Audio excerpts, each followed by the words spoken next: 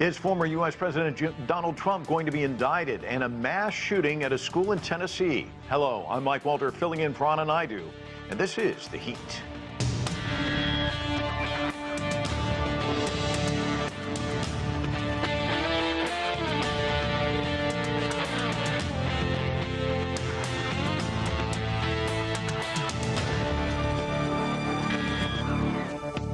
A grand jury in New York hearing evidence into a hush money investigation involving former U.S. President Donald Trump, and alleged payments to a porn star could indict him soon.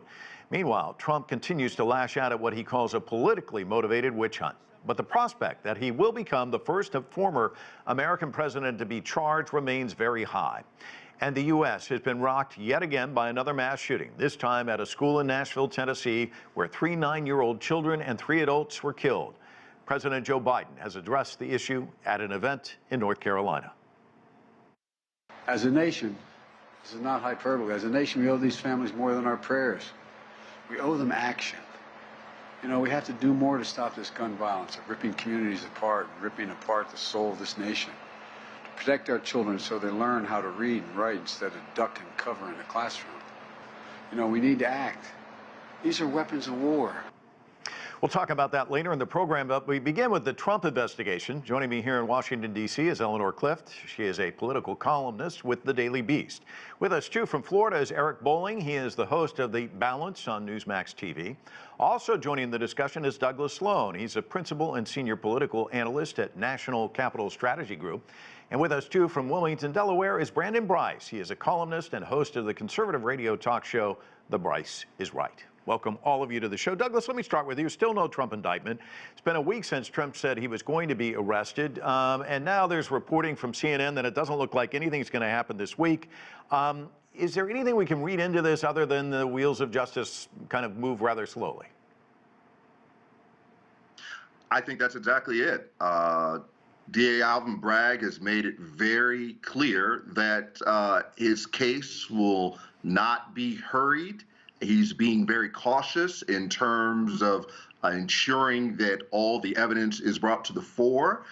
And as he stated earlier, he doesn't want, he will not allow, rather, Trump to dictate the terms or the timeline of his case. And this is historic. We're talking about a former U.S. president being indicted on numerous charges in Florida, New York, DOJ, and in Georgia. So each attorney general, U.S. attorney, district attorney has to be very cautious and deliberate in terms of bringing this evidence forward to the grand juries, to the respective grand juries, to ensure that after all this hullabaloo, that an indictment will be forthcoming. So he's taking his time. He's not going to be pressured by Trump or the press. And we're just going to have to be patient and wait for everything to play out. Eric, Trump and his supporters continue to claim that this is a witch hunt. In fact, the former president said that at a rally in Waco this weekend, in Waco, Texas. Let's listen to what he had to say.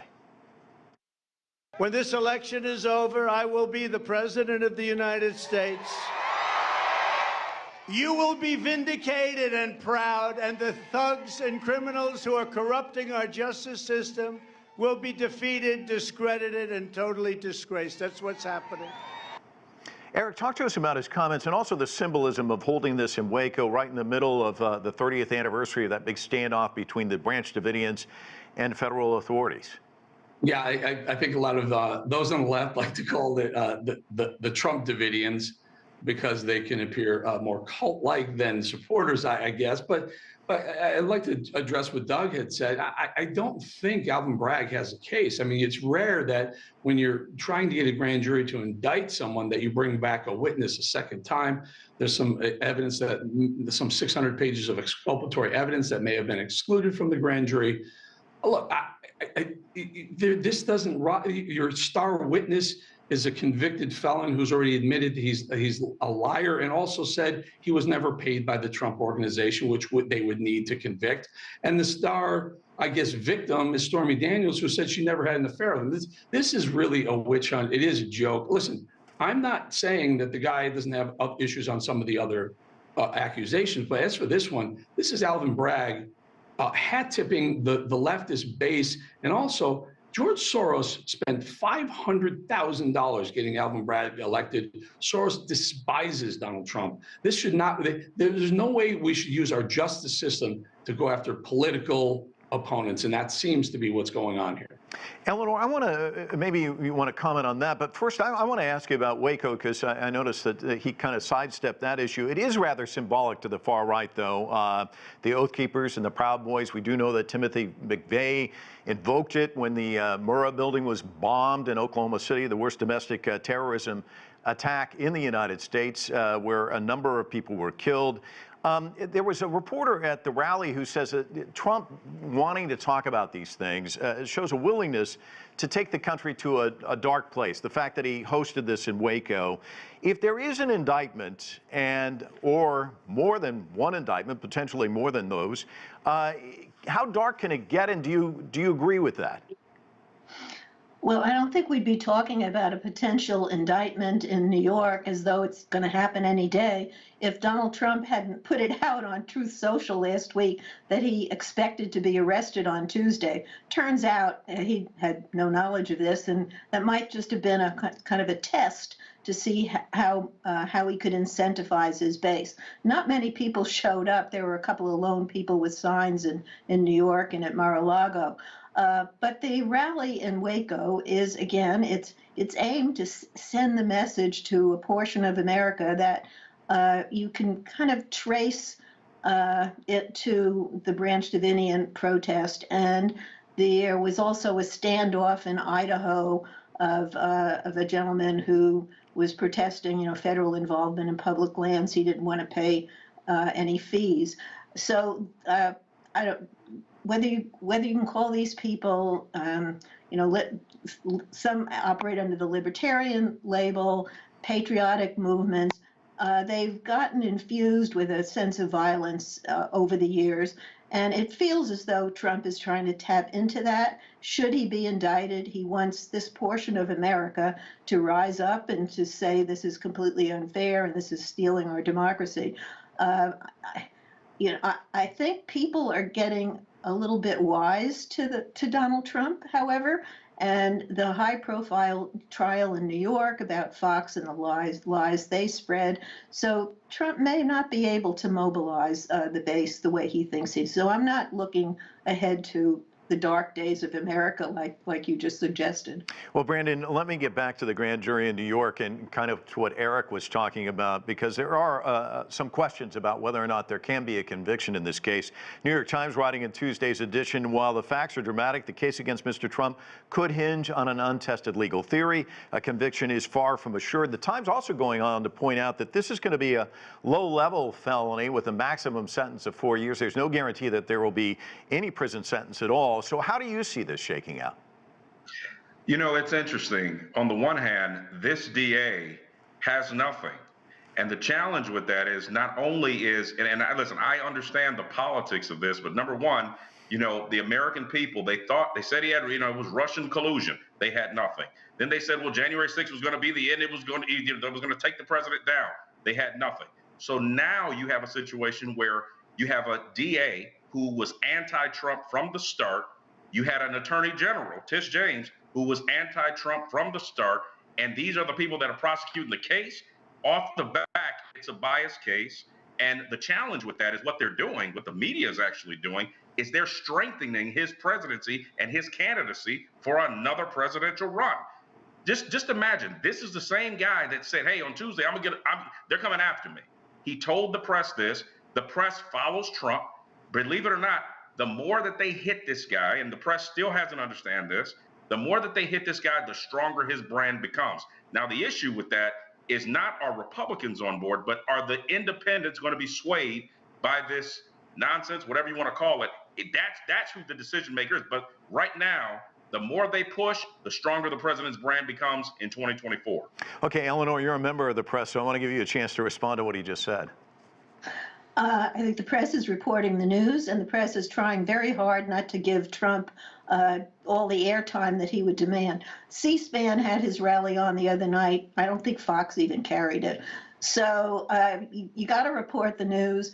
If this turns out to be an indictment and he says it's it's all a hoax, and people are inspired to vote for him. Maybe it will help him get the nomination, but I don't think you can win this country with that message. It's a message that appeals to a minority of a minority, and there's no way it's going to win over independents. You're not going to find people out there who didn't vote for Trump before who are going to say, oh, now that he's been indicted, he's got my vote. And politics is supposed to be a subject of addition, not subtraction. I think he's playing a game of subtraction here. Douglas, let me ask you about while the waiting game in Manhattan continuing, we are seeing movement, though, on the federal level. Today, a judge ordering former Vice President Mike Pence that he will have to testify before a grand jury looking into the efforts to overturn the 2020 election. This comes on the heels of a similar action towards Mark Meadows, the former chief of staff, and other senior officials in the Trump administration. And also his attorney, Evan Corcoran, testified before a federal grand jury last week in an unrelated case. Of course, this is a classified documents case. These are even more perilous, one would say, for the former president, correct? Absolutely. Even if the indictment doesn't come down with Alvin Bragg in Manhattan with the district attorney, you have 3 other pending legal actions in Georgia, in D.C. with January 6th, and in Florida. And that one in Florida is really serious about classified documents. So even with Eric Bolling saying, he didn't think there was anything here, but he said that he thought that there would be something in these other cases. There's just so much that's going against Trump right now. I would disagree with the fact that this is strengthening him. If the person that's running for president, the former president, is under indictment, not just one, but 4 different legal actions in different jurisdictions, and one of them looks very strong. And then in the other one regarding January 6th, they're calling Mike Pence, Mark Meadows in to testify. Politically, this is suicide. Now, we've all seen Trump survive these things before. He's made it against all odds. He's a Teflon Don, so to speak. But I just don't see how this attracts new voters. You have Ron DeSantis out there who looks very clean. He doesn't have a lot of dirt on his suit. He's young. He's articulate. He's able to move forward. I know a lot of Republicans are pushing for him.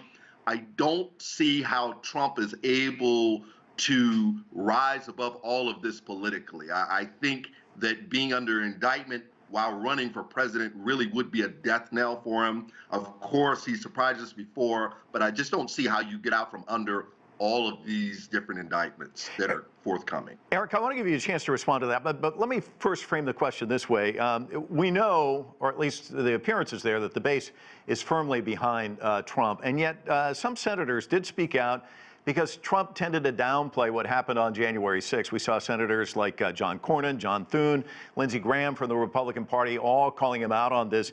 And Cornyn saying, he should skip relitigating grievances in the past and focus on his vision for the future, which is what most normal candidates do. Do you see any shift coming from Trump on that regard? Sure. So allow me just, Doug, I said there may be other issues. There are other lawsuits that may or may not rise to the level. I don't see any individual one of these lawsuits rising to a point where you're going to get what the left so dearly wants, a conviction of Donald Trump and maybe a perp walk in some jail time. None of these things rise to that level. There's no smoking gun. That doubtful is going to happen. What is happening here is you're setting up, you could call it a Fox primary, you could call it a GOP, unofficial primary. Ron DeSantis hasn't even announced he's going to run for president yet. I had him on the show last week. First time it was a non-Fox, non-Rupert Murdoch-owned media interview. He didn't announce, but I will tell you, he does have a groundswell of support because he is the conservative, but he's the non-Trump conservative. What's happening is the media is loving this because you're bifurcating the conservative vote. You're bifurcating the GOP vote. You have a very loud and vocal Trump who thinks he's going to do what he did in 2016. He's going to mobilize the base. Mike, I don't think the base is firmly behind Donald Trump. I think the MAGA base is firmly behind Donald Trump, but there are a whole lot of Republican voters who held their nose and voted for Trump just so they didn't have to have Hillary Clinton. it's going to be a bloodbath on the right, because Trump already hitting DeSantis with things like Meatball Ron, Ron DeSanctimonious, Ron Dukakis. Trump is going after him hard already. He hasn't even announced yet. It will be a bloodbath on the right coming. Stay tuned, folks. This is going to be a wild 18 months. You know, let's shift our conversation, because I do want to spend some time on what happened in Nashville. And Eleanor, I'd like to start with you. Another major story, 3 9-year-old children along with 3 adults and the shooter killed in this latest mass shooting. And, you know, these mass shootings have become so common that a woman on vacation in Tennessee who had survived a mass shooting went up to the cameras and the microphones yesterday and appealed to stop the nonsense. Let's listen to what she had to say. I'm from Highland Park, Illinois. My son and I survived a mass shooting over the summer. I am in Tennessee on a family vacation with my son, visiting my sister-in-law. I have been lobbying in D.C. since we survived a mass shooting in July. I have met with over 130 lawmakers. How is this still happening? How are our children still dying, and why are we failing them? You know, you would think that that would be rare, and yet one of the Nashville reporters who was on the air live talking about the mass shooting reflected on the mass shooting that she survived as a kid growing up in Alabama back in 2010. These are becoming so commonplace. There's been, I think, somewhere in the neighborhood of 130 mass shootings in the U.S. so far this year. What's going on here? That's right. With mass defined, I think, is 3 or 4 or more. It's too many guns. We have weapons of war on the streets, and they're accessible to anybody. People, you don't have to be, you don't have to pass a test. You can get a weapon. Anybody can get a weapon, and state legislatures are passing laws that make it easier to carry, concealed carry, unconcealed carry. I mean, we are awash in weapons and weapons of war. There should really be no question that, I mean, we don't allow people to, you know, buy their own missiles. So they shouldn't have access to weapons that were made to fight in the jungles of Vietnam. Starting with that. Secondly, we should regulate guns the way we regulate cars. We don't let anybody drive a car unless they take a lesson, they register. You have to pay fees every year or two. So this is what we need to do. We're not doing it because lawmakers are terrified of the gun lobby, and the gun lobby has a chokehold on members of Congress. And so you have, 80, 90% of people want something done about guns. They want assault weapons off the streets, and you can't get votes in Congress. So I keep hoping every time this happens, this is the one that's going to be the tipping point.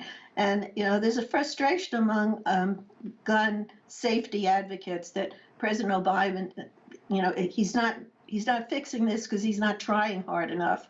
Well, President Obama tried very hard too, and he couldn't even get legislation passed after 26 first graders were killed in Sandy Hook 10 years ago.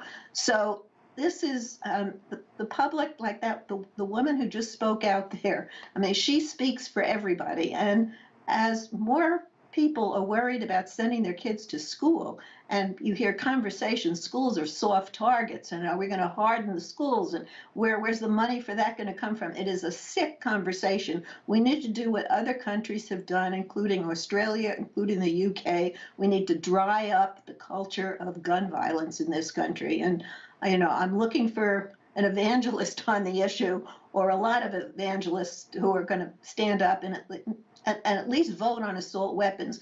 So make the Republicans, and some Democrats too, make them own their vote. Make them own a yes, keep assault weapons out there. Let the public see, who's behind the inactivity on Capitol Hill. I hope that's what's coming. Well, Brandon, these mass shootings obviously ignite a lot of debate here in the United States, very little action. But I will say last year there was a bipartisan measure, the Safer Communities Act. It did pass. It was the first major gun safety legislation passed in Congress in 30 years.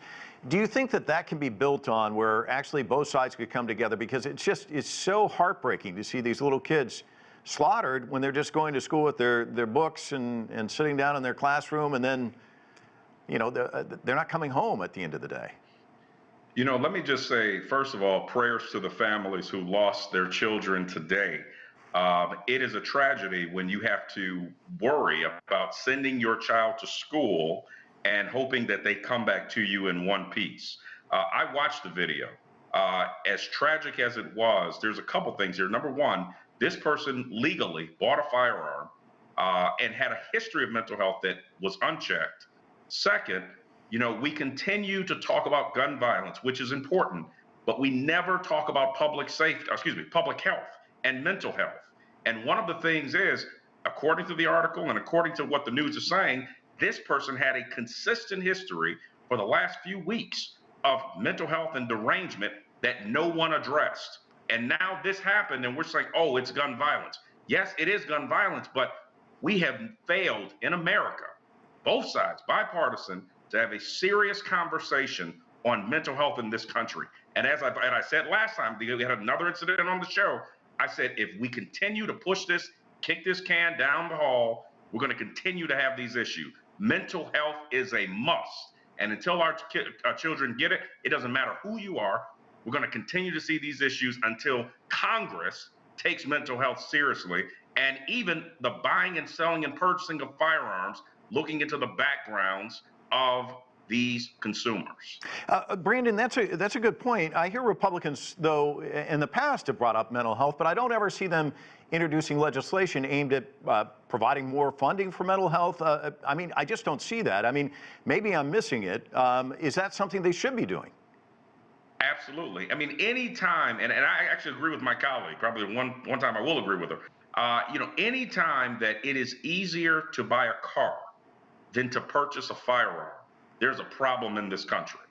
And the bigger part of that is not only talking about legislation of how do we keep people safe, but also how do we address the issues when people notice issues of people or bizarre behavior, to report it, to be tracked, to monitor these things before tragedies continue to happen like this.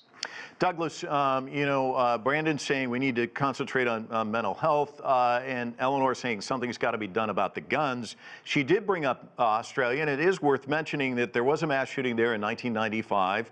35 people were killed, 23 wounded. It was Port Arthur in Australia. The next year, legislation passed, gun restrictions. There hasn't been a mass shooting since. I'm sure they still have mental health issues in Australia, but they don't have issues with people running around with assault weapons shooting up schools. Exactly. And one of the main problems of Brandon's position there is that the United States is not an outlier for mental health issues. We do not have any more crazy people than any other First Nation or civilized nation in the world, or for that matter, any nation in the world. The mental health problems of citizens around the world are pretty much at the same level. So it's not so much a mental health issue, it's having easy access to weapons of mass destruction issue. Like you pointed out, in Australia, when they had their school shooting, they took away all the guns. They haven't had a school shooting since. Canada, which is in North America, our neighbors to the north, have had 11 school shootings in the country's history. We had 288 just in a 10-year span, 376 since Columbine. We have to address the main issue of guns.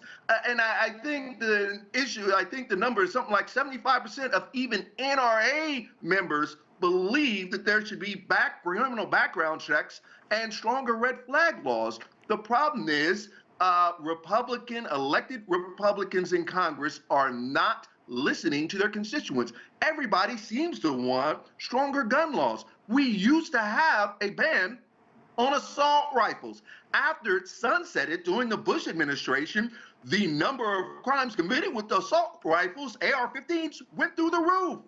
It increased by 243%. So it's not just a mental health issue, it's allowing those people with mental health issues easy access to these weapons of mass destruction. That's where we have the problem. If the problem is the people, you can't allow the people to have access to these guns. And I'll say another thing, unfortunately, the way mental health issues come about, it can happen to almost anyone. Anyone at any given time can suffer a mental health crisis. Now, of course, some people are much more prone to have these type of mental health issues, and some people go their whole lives without mental health issues. I assume that most people go their whole lives without mental health issues, but you never know who it could strike. Some people have lived their lives for many years, no problems, and then suddenly have a mental health crisis, and they have been a responsible gun owner for all their lives, and suddenly they have an AR-15, they have a 9mm with an extended clip, and they go shoot up a school. We have to do something about easy access to these weapons of mass destruction. We're talking about closing the gun show loophole, criminalizing straw purchases, strengthening these red flag laws, banning assault rifles. If we want to keep our children safe, if we want to keep our citizens safe, we have to move forward on some of these common sense gun control measures. Eric, let me ask you about this, because some people were asking this question today, and I want to give you a chance to talk about it. A lot of folks are saying, look, how is it Republicans are okay with banning books in schools, but they won't ban assault weapons? These arguments are asinine. I'm listening to Eleanor and Doug, who clearly have no idea what an assault weapon is. We don't have assault weapons on the streets. An AR-15 is not an assault rifle. It's an Armalite rifle. It's a one bullet is triggered. We have 350 it doesn't really million matter. firearms. Guys, I've been listening to this bull ass for the last 10 minutes. You guys don't even know what you're talking about, nor does Joe Biden for that matter. You don't even know what you're talking about. 350. May I or no? I mean, you're getting into semantics, and children are dying. You're saying, "Oh, that's Armalite." Okay. If you don't want to hear what, if you don't want to hear what's Doug, just give Eric a chance to respond. Eric. For good God's sake, there's 350 million firearms in the country. Bad guys have a lot of freaking guns. The left wants to take guns out of law-abiding citizens' hands. I can't imagine not owning a gun with what's going on the streets. They want to pull cops off the streets, defund police, crime's running rampant. And you want to say, as a law-abiding citizen, I don't have a right to get a gun? You guys are nuts. Assault weapons are not on the streets. They've been banned. They're not here. There's no automatic weapons legal on the streets. If they find one, they pull it. So your thought that somehow if you stop selling guns right now, the world's going to be safer, America's going to be safer, you're out of your mind. All right, I'm sorry, we've run out of time, Eric. We're going to have to leave it there. Douglas, I apologize. We've run out of time. I'd give you a chance to respond, but we just don't have any. We're going to have to leave it there. I'm Mike Walter in Washington, D.C. Thanks so much for watching another edition of The Heat.